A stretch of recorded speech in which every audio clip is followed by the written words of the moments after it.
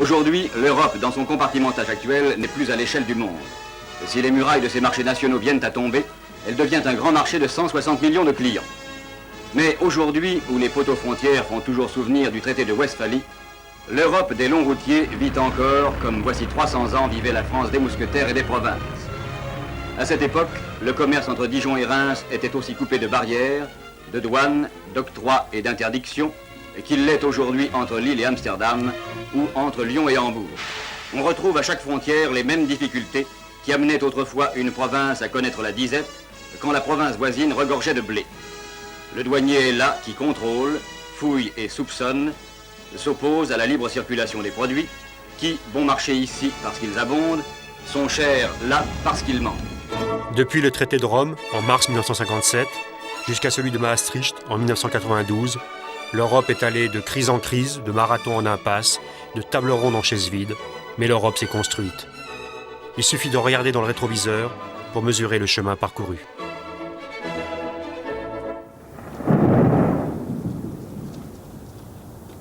« 1945, Europe, année zéro. Le berceau d'humanité a engendré l'apocalypse. Pour la deuxième fois dans le siècle, les pays du vieux continent se sont affrontés. Des dizaines de millions de victimes, des régions entières dévastées. Sur ce champ de ruines, matérielles et morales, va naître dans l'esprit de quelques pionniers l'idée de l'union de l'Europe. Mais avant, il faut rebâtir. Les Américains proposent le plan Marshall, vaste programme de reconstruction qui nécessite la collaboration des États, une première ébauche de coopération européenne.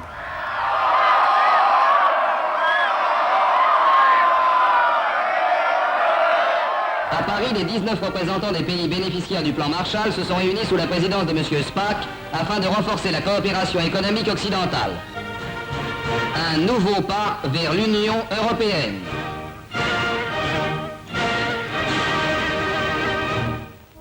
À La Haye, en 1948, au lendemain d'une guerre qui a failli tuer l'Europe, des hommes d'État veulent réaliser enfin le rêve séculaire, l'union du vieux monde. C'était 3 ans après la fin de la guerre mondiale. Et voir dans la même salle les adversaires de la veille discuter Europe et démocratie, c'était quelque chose d'assez inattendu. C'était présidé par Churchill. J'ouvrais les yeux tout grands pour voir tous ces gens qui à l'époque, avec grande réputation, la tenue des débats, le côté novateur des propos, la construction future d'une Europe dont on ne voyait que les déchirements et les ruines. Cela pouvait frapper l'imagination. We cannot aim at anything less than the union of Europe as a whole, and we look forward with confidence to the day when that union will be achieved. Les résultats concrets de la Haye sont modestes. Il en sort un Conseil de l'Europe, formé d'un Conseil des ministres et d'une Assemblée consultative. À Londres, le 5 mai 1949, les ministres des Affaires étrangères de 10 États européens signent le statut du Conseil de l'Europe. Le statut déclare consolidation de la paix, justice, coopération internationale, valeurs spirituelles, valeurs morales, liberté individuelle, liberté politique, démocratie véritable, progrès social, progrès économique. Le Conseil de l'Europe est né.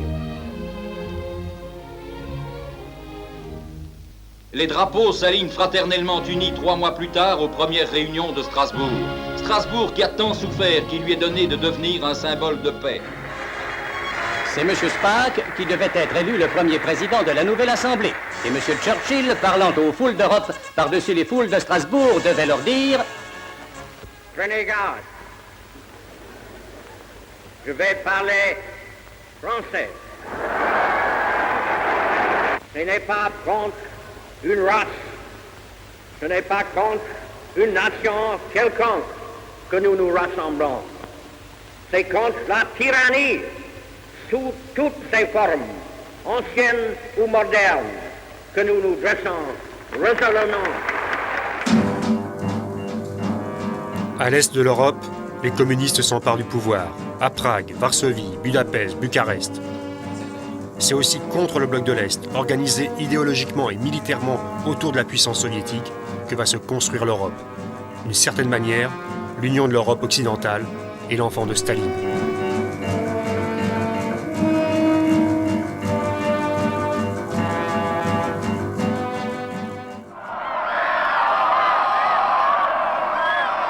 L'idée des États-Unis d'Europe suscite l'enthousiasme de la jeunesse, mais au début des années 50, les militants de l'Europe ne sont qu'une minorité.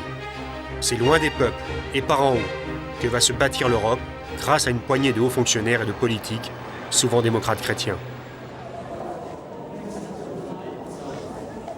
La méthode de ces pères fondateurs, peu transparente et peu démocratique, vise à prouver le mouvement en marchant, à proposer des actes plutôt que d'agiter des grandes idées.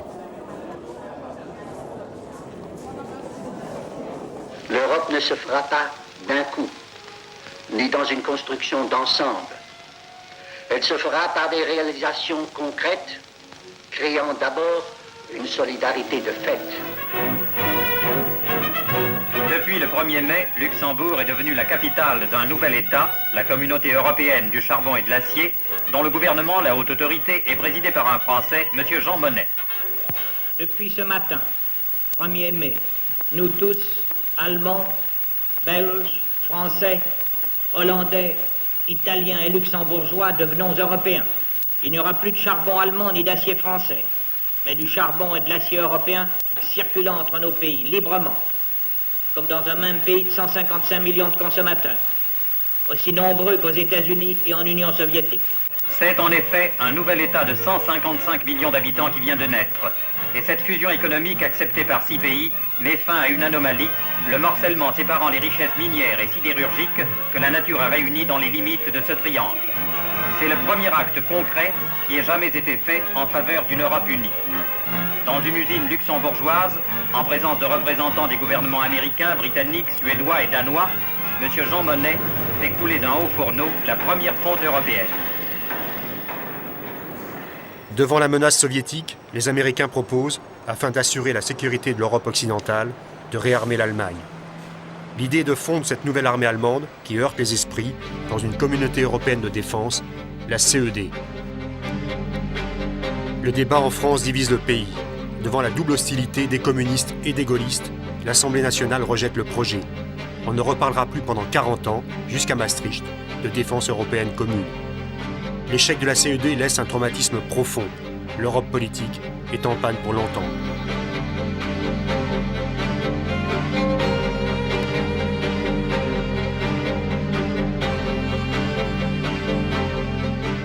Les pères de l'Europe reprennent le chantier de manière plus modeste, en poursuivant des objectifs économiques plus limités.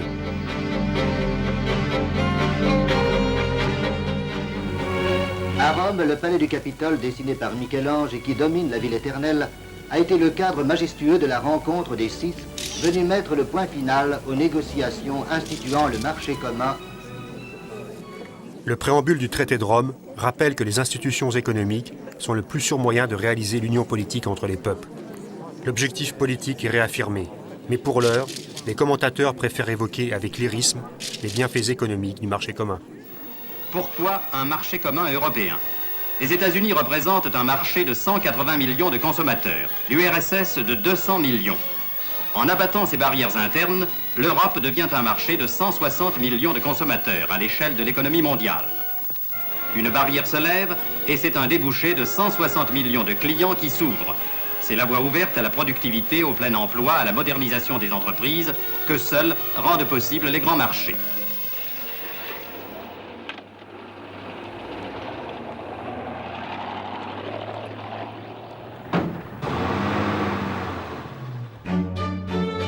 Le retour au pouvoir du général de Gaulle, pourtant longtemps hostile à la construction européenne, ne remet pas en cause l'application du traité de Rome, prévu au 1er janvier 1959. C'est pas moi qui ai fait le traité de Rome, qui, comme vous le savez, a institué en principe ce marché commun. Il est probable que si j'avais été aux affaires, quand on a fait le traité de Rome, on l'aurait fait d'une manière assez différente. Mais enfin, je l'ai pris comme il était, et avec mon gouvernement, nous avons tâché d'en tirer le meilleur parti possible. Qu'est-ce que ça voulait dire ?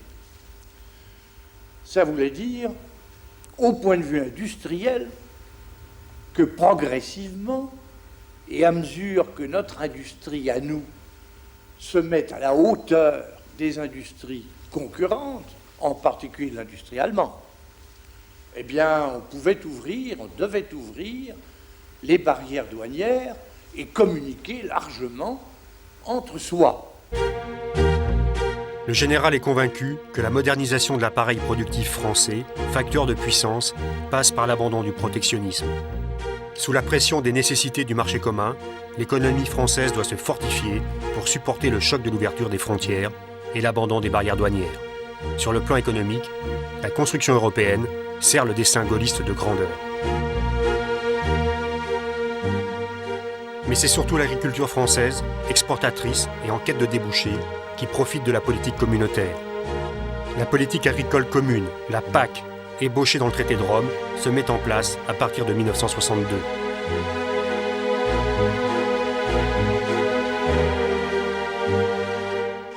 La PAC garantit les prix, instaure la solidarité financière, vise à l'autosuffisance. Les négociations avec les partenaires sont rudes. Ou bien l'agriculture française entre dans le marché commun et les autres l'acceptent, ou bien est-ce que nous n'allons pas arrêter le marché commun? Et nous avons mis, c'est le cas de le dire, ce marché à la main de nos partenaires, et ils ont consenti ces jours-là, à faire entrer l'agriculture française dans le marché commun. La France obtient gain de cause en 1965. Dans un premier temps, la PAC est un incontestable succès pour les agriculteurs français. Il reste à les en convaincre. Parlons de l'Europe. Je comprends, comment ne comprendrais-je pas que devant cette immense aventure, les agriculteurs soient inquiets. Et surtout, ils s'interrogent, mais enfin, que nous apporte l'Europe? Quel est l'avantage que j'en ai eu aujourd'hui même? Ceux qui attendent 4 ans les fruits de leurs arbres ou de leurs vignes devraient savoir qu'une construction de cette espèce ne se fait pas en un mois. Je renverse le problème. Qu'aurions-nous fait des produits français dans quelques années si l'Europe n'avait pas été là pour nous offrir un marché? L'Europe économique avance, l'Europe politique piétine. De Gaulle, favorable à l'intégration économique, ne veut pas entendre parler d'intégration politique. Il rejette toute idée d'Europe supranationale et défend la conception d'une Europe fondée sur la coopération des États. La France refuse toute avancée communautaire. Les partisans d'une Europe fédérale reprochent au général son intransigeance. Mais je n'ai jamais, quant à moi, dans aucune de mes déclarations, parlé de l'Europe des patries, bien qu'on prétende toujours que je l'ai fait. Ce n'est pas bien sûr que je renie, moi, la mienne. Bien au contraire, je lui suis attaché plus que jamais, et d'ailleurs, je ne crois pas que l'Europe puisse avoir aucune réalité vivante si elle ne comporte pas la France avec ses Français, l'Allemagne avec ses Allemands, l'Italie avec ses Italiens, etc. L'Angleterre avec ses Anglais, en revanche, le général ne veut pas en entendre parler. Le premier Britannique, Harold Macmillan, a beau plaider la cause de la Grande-Bretagne, la porte de l'Europe reste fermée pour longtemps aux voisins d'outre-Manche. Alors il est possible qu'un jour, l'Angleterre parvienne à se transformer elle-même suffisamment pour faire partie de la communauté européenne sans restriction, sans réserve et de préférence à quoi que ce soit. Et dans ce cas-là, les 6 lui ouvriraient la porte et la France n'y ferait pas d'obstacle.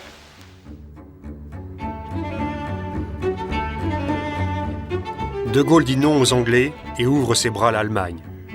Renonçant à un accord politique entre les 6, le général privilégie la réconciliation et la coopération avec l'Allemagne occidentale. La signature du traité franco-allemand, une semaine seulement après le veto de la France à la candidature britannique, inaugure l'axe Paris-Bonn, qui va être pendant 3 décennies le moteur de la construction européenne.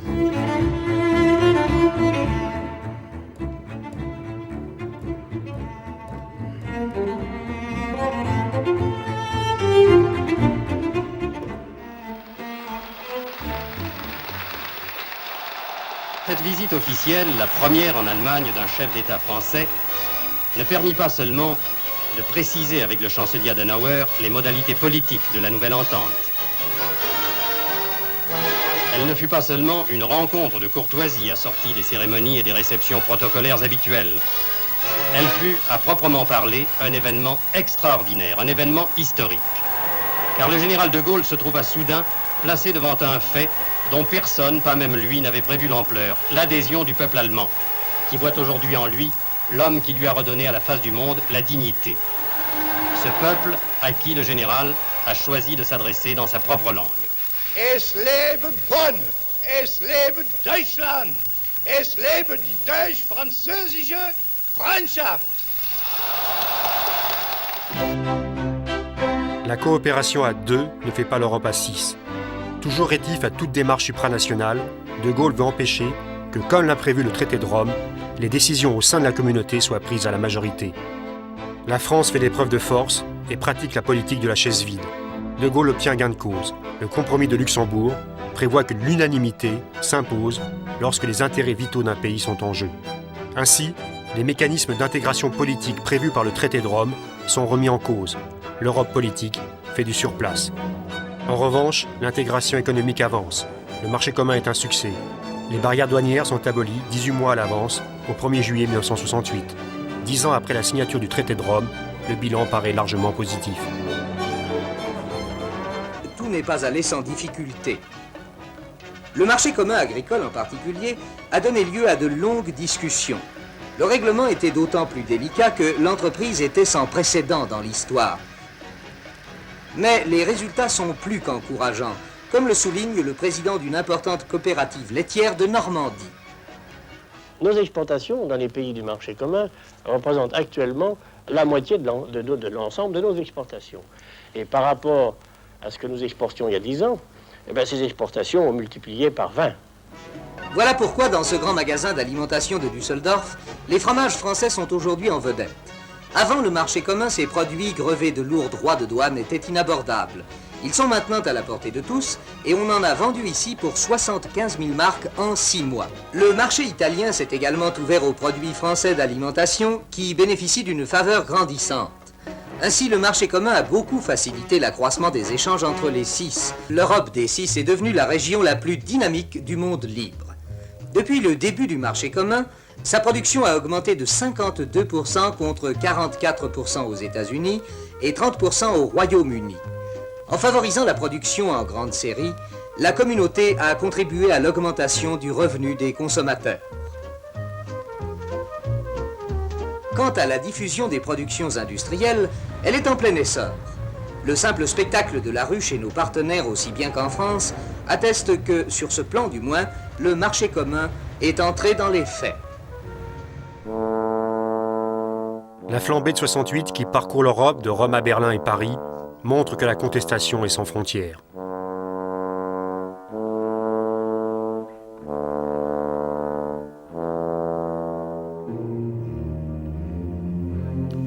De Gaulle, battu au référendum de 1969, s'en va. Pompidou arrive. Par pragmatisme, il est décidé à relancer la construction européenne.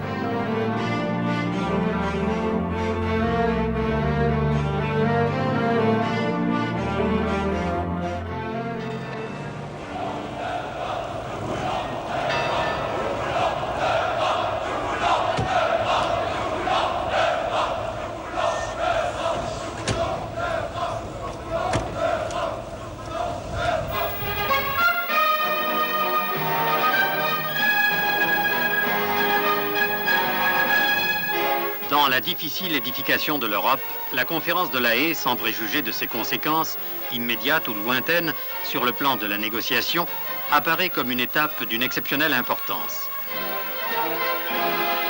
Réunie sur l'initiative du président Georges Pompidou, elle a rassemblé dans la capitale hollandaise 6 chefs d'État et de gouvernement désireux de discuter de l'avenir de l'unité européenne. 12 ans après le traité de Rome, et à l'heure où le marché commun entre dans sa phase définitive, la décision de réunir cette conférence au sommet a au moins prouvé la volonté des 6 de relancer contre vents et marées une entreprise dont dépend peut-être l'équilibre du monde moderne. Le sommet de La Haye marque une étape déterminante. Son résultat le plus tangible est d'ouvrir la porte aux négociations avec la Grande-Bretagne. Il y avait le problème si important de l'élargissement, c'est-à-dire de l'attitude à prendre vis-à-vis des candidatures de la Grande-Bretagne, du Danemark, de l'Irlande et de la Norvège. Là aussi, nous sommes arrivés à un accord. En janvier 1972, après de laborieuses discussions, les Britanniques, tenus à l'écart de l'Europe pendant 10 ans par le veto gaulliste, adhèrent à la communauté en même temps que le Danemark et l'Irlande.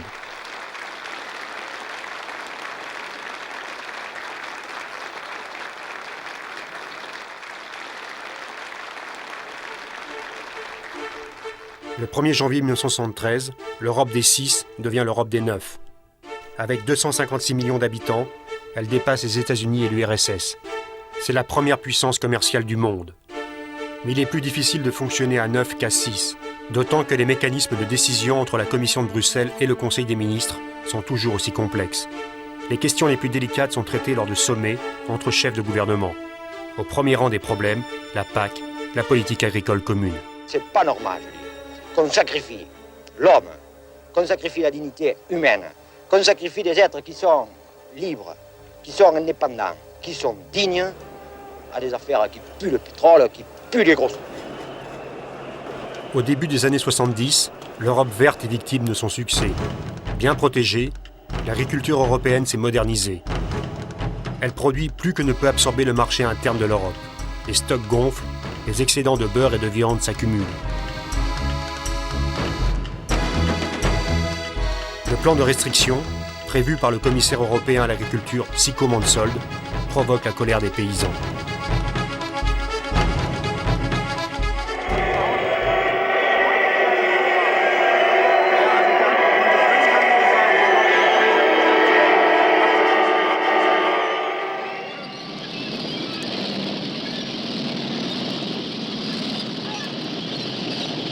Et puis la guerre du Kippour change brutalement toutes les données. Le gonflement subit du prix du pétrole sonne le glas des années de croissance.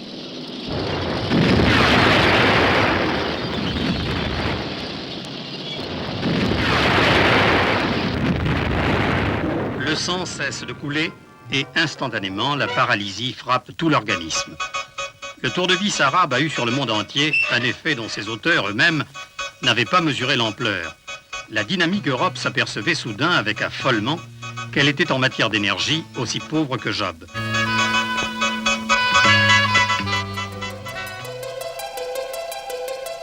L'Europe entre dans une crise que les nouveaux dirigeants ne perçoivent pas encore.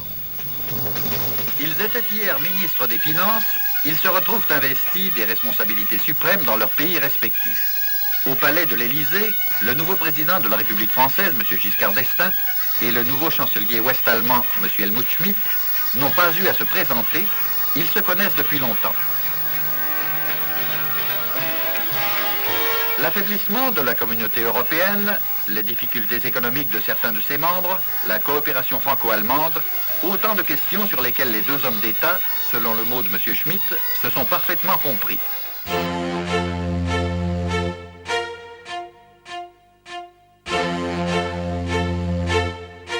Fondé sur l'amitié entre les deux hommes, le couple Helmut-Valéry s'impose comme la locomotive de l'Europe.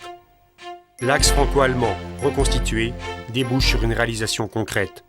La création du Conseil européen, à l'origine, réunion informelle au sommet des chefs de gouvernement.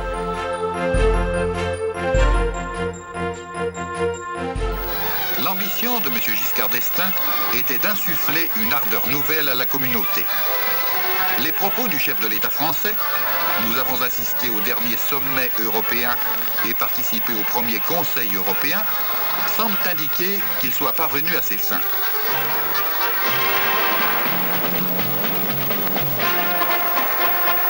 Cependant, la prudence et la mesure s'imposent.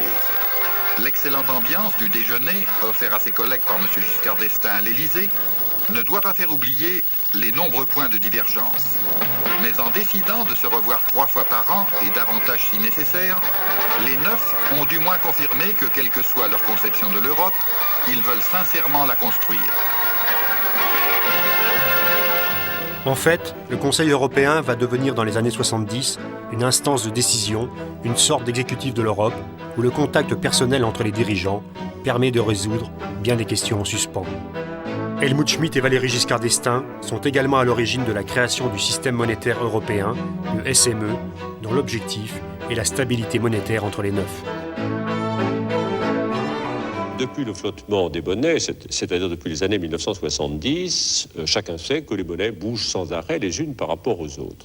Alors ce que nous voulons essayer d'obtenir, c'est qu'en Europe, les monnaies cessent de bouger les unes par rapport aux autres, et que donc les Français sachent ce que le Deutschmark vaut par rapport au franc français, ce que le franc belge vaut par rapport au franc français, etc. Depuis ce matin, le système monétaire européen est entré en vigueur avec la participation de 8 pays, notamment l'Italie et l'Irlande, dont vous vous souvenez qu'ils s'étaient interrogés sur la possibilité pour eux de s'associer à ce système. Nous nous réjouissons qu'ils aient décidé de le faire.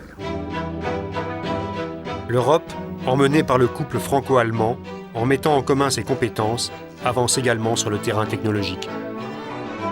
Les conversations ont abouti à un certain nombre d'accords sur les programmes nucléaires qui sont en bonne voie, sur les fusées Ariane qui seront construites en commun, sur la version raccourcie de l'Airbus dont le marché potentiel sera activement exploré.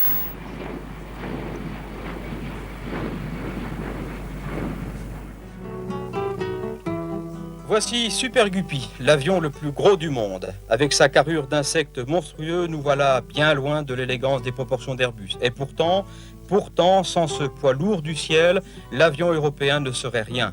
Car dans le ventre de Super Guppy, il y a tout simplement des morceaux d'Airbus. Ils sont transportés d'un point à l'autre de l'Europe avant d'être tous assemblés au même endroit. Et voilà la plus grande réussite d'Airbus, la coopération européenne. Principalement la coopération franco-allemande. Le corps de l'avion est fabriqué à Hambourg ou à Brême, l'avant de l'appareil à Saint-Nazaire ou à Toulouse, la voilure en Grande-Bretagne, les bords d'attaque aux Pays-Bas, la voilure de queue en Espagne. C'est l'Europe de l'air qui a créé Airbus et c'est Airbus qui fait chaque jour cette Europe-là. De même, la construction de la fusée Ariane est un beau succès de l'Europe des ingénieurs et des techniciens.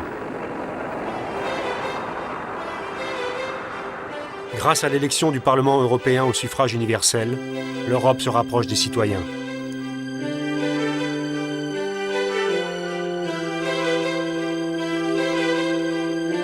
Simone Veil est élue première présidente de cette assemblée. Je félicite Madame Veil de son élection et je l'invite à prendre place au fauteuil présidentiel.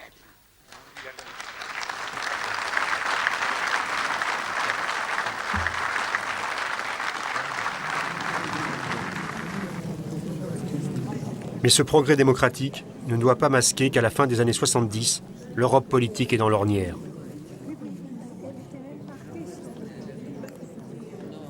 Pour ses habitants, l'Europe, c'est trop souvent de lointaines et inexplicables querelles d'experts, des batailles techniques sans souffle. À cette absence de grands projets mobilisateurs s'ajoutent les effets de la crise économique, aggravés par le deuxième choc pétrolier.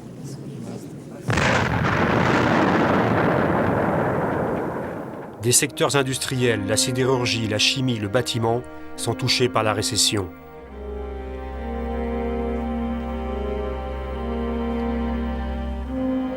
Le chômage gagne des régions entières dans une Europe bien incapable de réagir collectivement. Les travailleurs, victimes de fermeture, s'en prennent aux technocrates de Bruxelles, responsables de tous les maux.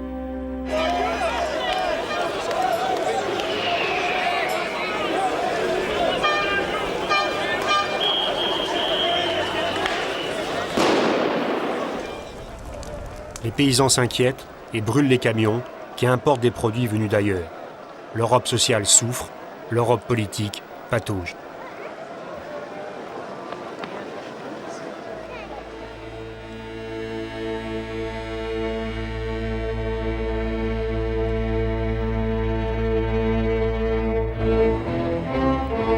Au début des années 80, le regain de tension entre l'Est et l'Ouest ajoute encore au pessimisme.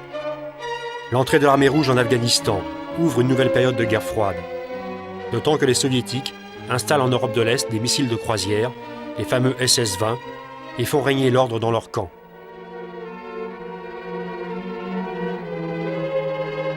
La contestation des ouvriers polonais, emmenée par Lech Walesa, est brutalement réprimé par le général Jaruzelski.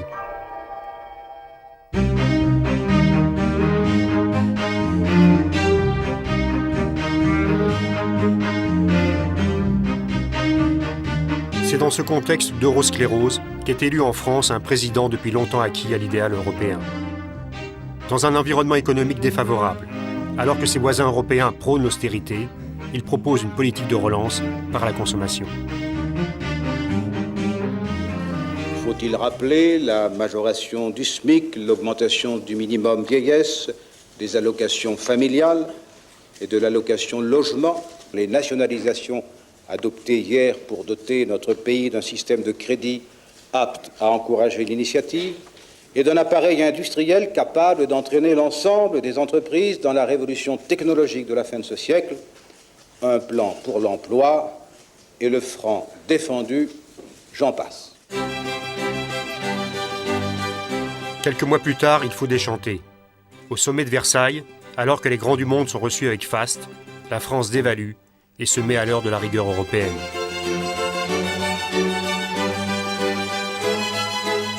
Il fallait opérer un tour de vis, pratiquer la rigueur, et on peut dire que sur le plan intérieur, le tournant a été pris en juin 1982. Il restait à rendre crédible la politique économique de la France dans un contexte de turbulence, avec une grande agitation sur les marchés d'échange, et malheureusement cette crédibilité ne fut reconnue qu'en mars 1983. En mars 1983, entre le socialisme à la française et l'Europe, François Mitterrand choisit l'Europe. L'ancrage français dans l'Europe s'accentue avec l'arrivée au pouvoir du chancelier Kohl. Après le tandem De Gaulle-Adenauer, après le couple Valéry Giscard d'Estaing-Helmut Schmidt, l'attelage Kohl-Mitterrand va à son tour tirer la construction européenne.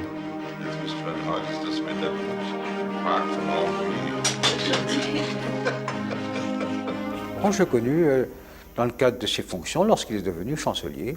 Il est devenu chancelier peu de temps après ma propre élection à la présidence de la République française. Je ne le connaissais pas. Et j'ai apprécié un homme très engagé, qui croit en l'Europe, qui se place en héritier de la pensée d'Adenauer.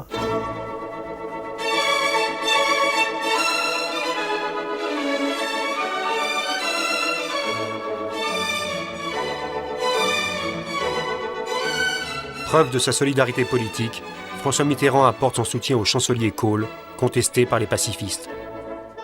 Je suis moi aussi contre les euromissiles. Seulement, je constate des choses tout à fait simples. Dans le débat actuel, le pacifisme et tout ce qu'il recouvre, il est à l'ouest, et les euromissiles, ils sont à l'est.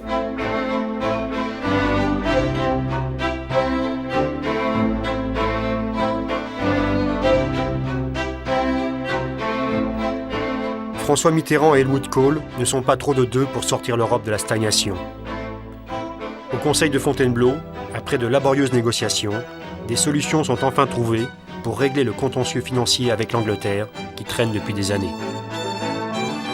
En 1984, nous avions dans notre escarcelle un nombre incroyable de contentieux non réglés entre les pays de l'Europe depuis des années.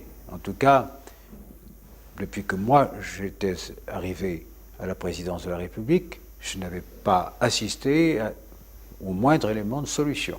Après 2 jours de travail assidu, et malgré un bon climat, nous avions échoué. Et c'est alors que la réunion aurait déjà dû être arrêtée, terminée, conclue, sur un échec. Le chancelier Kohl et moi-même avons décidé de voir séparément Mme Thatcher, qui était la principale opposante. Je l'ai d'abord vue, refus sur toute la ligne, puis Helmut Kohl l'a vue, et finalement on a vu la résolution de Mme Thatcher fléchir, quand il s'est rendu compte que l'Allemagne et la France, et d'autres aussi, de toute manière entendaient continuer. Mais la Grande-Bretagne s'est trouvée devant cette situation, qui est le plus souvent la sienne, Ou bien je reste sur le quai, ou bien je monte dans le train où les autres se trouvent. Et dans ce choix, jusqu'ici, la Grande-Bretagne a quand même fini, non sans peine, par monter dans le train. La voie est dégagée pour une relance. L'arrivée de Jacques Delors à la tête de la Commission va donner à la construction européenne un formidable coup d'accélérateur. Je ne serai pas un montreur de foire. Je ne ferai pas de promesses inconsidérées. Je ne tomberai pas dans l'europessimisme. Pour faire avancer l'Europe, Delors renoue avec la méthode des pères fondateurs, avec l'idée que l'économie tire la politique, que la construction d'une Europe politique passe par des réalisations économiques concrètes. Dès son arrivée, Delors propose de supprimer toutes les frontières économiques à l'intérieur de l'Europe, conformément au traité de Rome. Ce que j'ai fait en 1984, c'est de rechercher un consensus par défaut avec les gouvernements. Ils refusaient tout sauf cette idée d'un grand marché et d'obtenir un consensus par enthousiasme des industriels. Ils ont été à l'avant-garde du soutien de mon idée. Pour une raison simple, c'est qu'ils étaient l'infanterie de la guerre économique mondiale. Donc ils voyaient bien que si l'on continuait à avoir des marchés fractionnés, l'absence de coopération entre les entreprises européennes, nous étions voués au déclin. Ils ne pouvaient pas gagner la partie. Donc le fait d'avoir le plus grand marché du monde, le plus prospère, était une base stratégique pour une économie qu'ils considéraient déjà comme mondiale à l'époque. Il s'agit de rendre irréversible, dans les esprits et dans les actes, la réalisation du grand marché sans frontières. En 1993, l'Europe deviendra un grand marché intérieur où les produits, les travailleurs, les services, les capitaux circuleront tout à fait librement. Il faut donc, d'ici là, harmoniser les législations, les fiscalités, les taux de TVA, que sais-je encore. Un travail colossal qui ne peut pas être accompli si l'on garde la pratique de prendre toutes les décisions à l'unanimité, ce qui paralyse toutes les rencontres européennes. Alors, dans un nombre très important de cas, les Européens vont décider désormais à la majorité. Pour réaliser le grand marché, il est impossible de continuer à fonctionner selon les règles de l'unanimité. Il faut réformer aussi le processus de décision et modifier le traité de Rome. C'est l'objectif de l'acte unique adopté en décembre 1985. Ainsi, sous l'impulsion de Jacques Delors, se met en place une dynamique. Chaque objectif en appelle un autre. C'est l'engrenage de la construction européenne.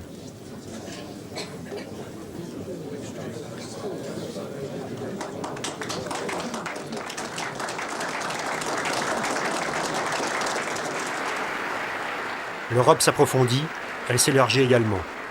Après la Grèce en 1981, l'Espagne et le Portugal adhèrent au 1er janvier 1986. L'Europe des 12 se mobilise sur son objectif d'achèvement du marché intérieur en 1992. Mais alors qu'elle réfléchit au passage à l'étape suivante, celle de l'union économique et monétaire, le vieux monde issu de la Deuxième Guerre mondiale s'écroule. À 5h moins le quart ce matin, premier coup de pioche sur le mur de Berlin. Des dizaines d'Allemands, Est et Ouest, sont montés sur le monument historique. La zone interdite est aux mains de la jeunesse allemande. Chacun leur tour, ils prennent la pioche, cassent un morceau du mur qu'ils gardent dans leur poche en souvenir. La chute du mur de Berlin change radicalement toutes les données. Cette formidable accélération de l'histoire surprend les Européens. L'intégration européenne s'était faite contre le bloc communiste menaçant. Les repères traditionnels s'effondrent avec le mur.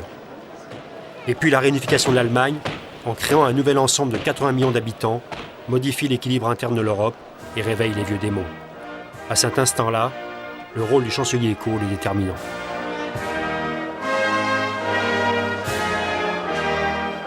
Bestimmung wollen wir die Einheit und Freiheit Deutschlands vollenden. Wir wollen in einem vereinten Europa dem Frieden der Welt dienen.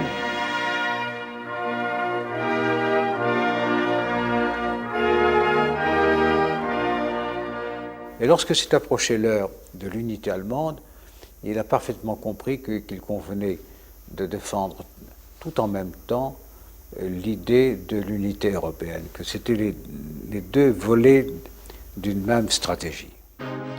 Ensemble, en avril 1990, Mitterrand et Kohl montrent une fois de plus la capacité du moteur franco-allemand. Ils prennent l'initiative afin de doter l'Europe d'une véritable personnalité politique fondée sur une identité, une culture, des valeurs communes. Quand on a approché de la date d'ouverture du marché unique, on s'est rendu compte, surtout les Allemands et nous-mêmes, et les Espagnols, qu'il convenait de donner une sorte de portée politique, psychologique, à des accords purement économiques.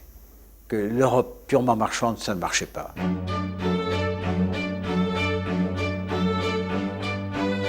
Les 12 ont adopté sans aucune réserve la mise en chantier d'une conférence sur la monnaie unique et la Banque centrale européenne et d'une autre sur la mise en commun de la sécurité militaire, de la diplomatie, mais aussi de la politique sociale et de l'énergie notamment.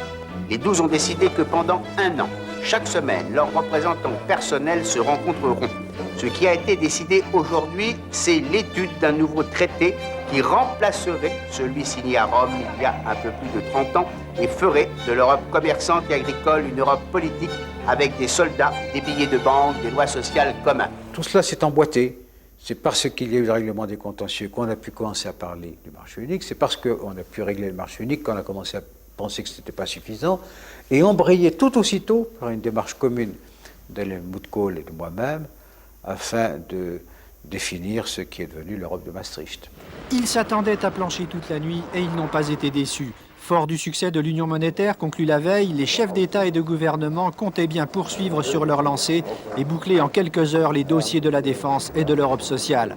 Mais les entretiens ont été dominés par le refus britannique qui voulait garder leur droit de veto sur la législation sociale européenne. À 18h, François Mitterrand et Helmut Kohl parviennent à faire accepter par les 12 l'idée de défense commune européenne fondée sur le modèle de l'alliance franco-allemande. C'est un succès, mais les entretiens butent sur l'Europe sociale. À 1h30 cette nuit, François Mitterrand peut enfin annoncer la fin du sommet, un compromis sur l'application de la charte sociale avec régime spécial pour la Grande-Bretagne. D'une certaine façon, Maastricht est une réponse à la chute du mur. Le traité prévoit la création de l'union économique et monétaire, avec une monnaie unique et une banque centrale. Mais il comporte aussi un volet politique, plus flou, l'affirmation d'une politique étrangère et de sécurité commune. Jacques Delors, artisan de ce traité, peut rêver lors de la signature d'une Europe marchant enfin sur ses deux jambes, l'économique et le politique. Qui aurait pu souhaiter mieux que le parallélisme entre ces deux voies, l'une permettant de perfectionner le chemin fait par le grand marché, l'autre assurant l'inévitable contrepartie politique et démocratique sans laquelle les objectifs de la construction de l'Europe politique ne seraient pas remplis. Avec l'union économique et monétaire, les 12 pays membres peuvent espérer tirer le plus grand profit d'un espace économique organisé avec sa dimension sociale. Avec la politique étrangère et de sécurité commune, c'est sans doute le défi le plus extraordinaire qui est lancé à nos pays. Parler d'une seule voix, agir ensemble dans les domaines qu'ils considèrent d'intérêt commun et essentiel. Alors que le grand marché entre en vigueur, que jamais l'Europe n'a autant avancé sur la voie de l'intégration économique et politique, va naître au début des années 90 un fort courant d'euroscepticisme. Loin d'entraîner un nouvel élan, Maastricht ouvre l'ère du doute.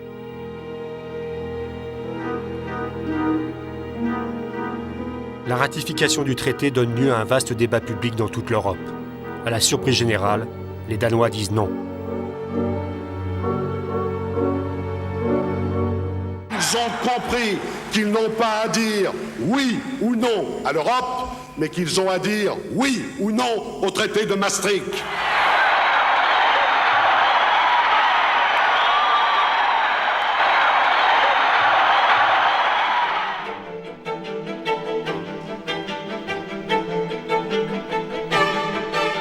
En France, après une campagne animée, les oui l'emportent de justesse au référendum.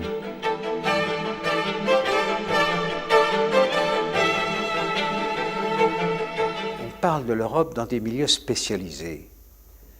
Diplomatie, fonctionnaires européens, partis politiques très informés, hommes d'affaires, industriels. Et on a oublié d'en parler au peuple. Alors c'était une vérité d'évidence que tout le monde voulait l'Europe. D'ailleurs, quand il y avait des sondages, oui, ben moi je veux bien l'Europe, oui, bien entendu, il n'y a pas de guerre. Bon, alors je suis pour l'Europe.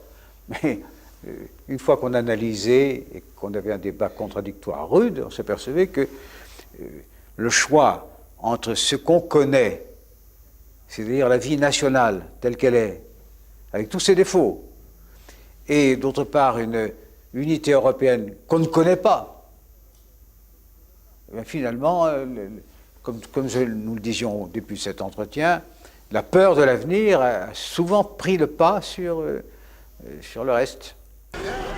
L'Europe a toujours avancé quand l'expansion était au rendez-vous.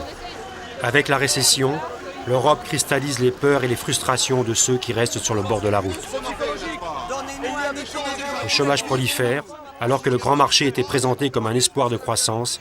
La crise fait de l'Europe synonyme de chômage. L'Europe sociale, pourtant présente dans le traité de Maastricht, n'est guère palpable pour les salariés. L'Europe des citoyens, elle, est bien longue à mettre en place. Schengen, petit village du Luxembourg dans la vallée de la Moselle. Le 14 juin 1985 étaient signés ici les accords qui portent son nom, avec pour objectif la libre circulation des Européens.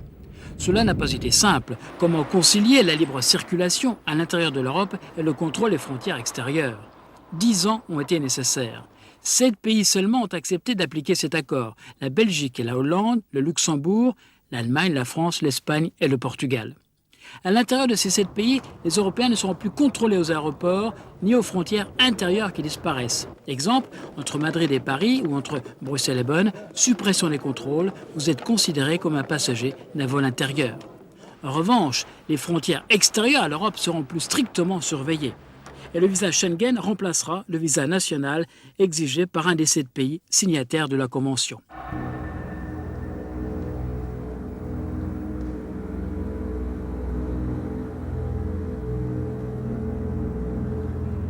Dans l'ex-Yougoslavie, les 12, divisés, ne disposent pas d'instruments diplomatiques et militaires qui leur auraient permis d'intervenir.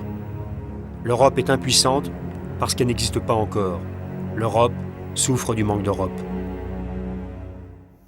Et il faut être simplement tenace, avoir ce que vous appeliez tout à l'heure une volonté politique, avoir dans la tête un grand projet, un idéal. Et moi je crois que cet idéal est encore très, très large. Que la perception de la nécessité occupe beaucoup d'esprit. Je crois que l'Europe réussira. En 40 ans, l'Europe est passée de 6 à 15. Au début du prochain siècle, l'Union européenne peut doubler le nombre de ses membres, sa population, sa superficie. L'Europe retrouvera alors sa géographie et son histoire. Avec l'achèvement du grand marché, avec une monnaie unique, avec l'effondrement du monde communiste, une première étape de la construction européenne s'achève. Au XXIe siècle, l'Europe sera-t-elle davantage qu'un club de vieux pays riches, bénéficiant de la démocratie, de la protection sociale, de la paix?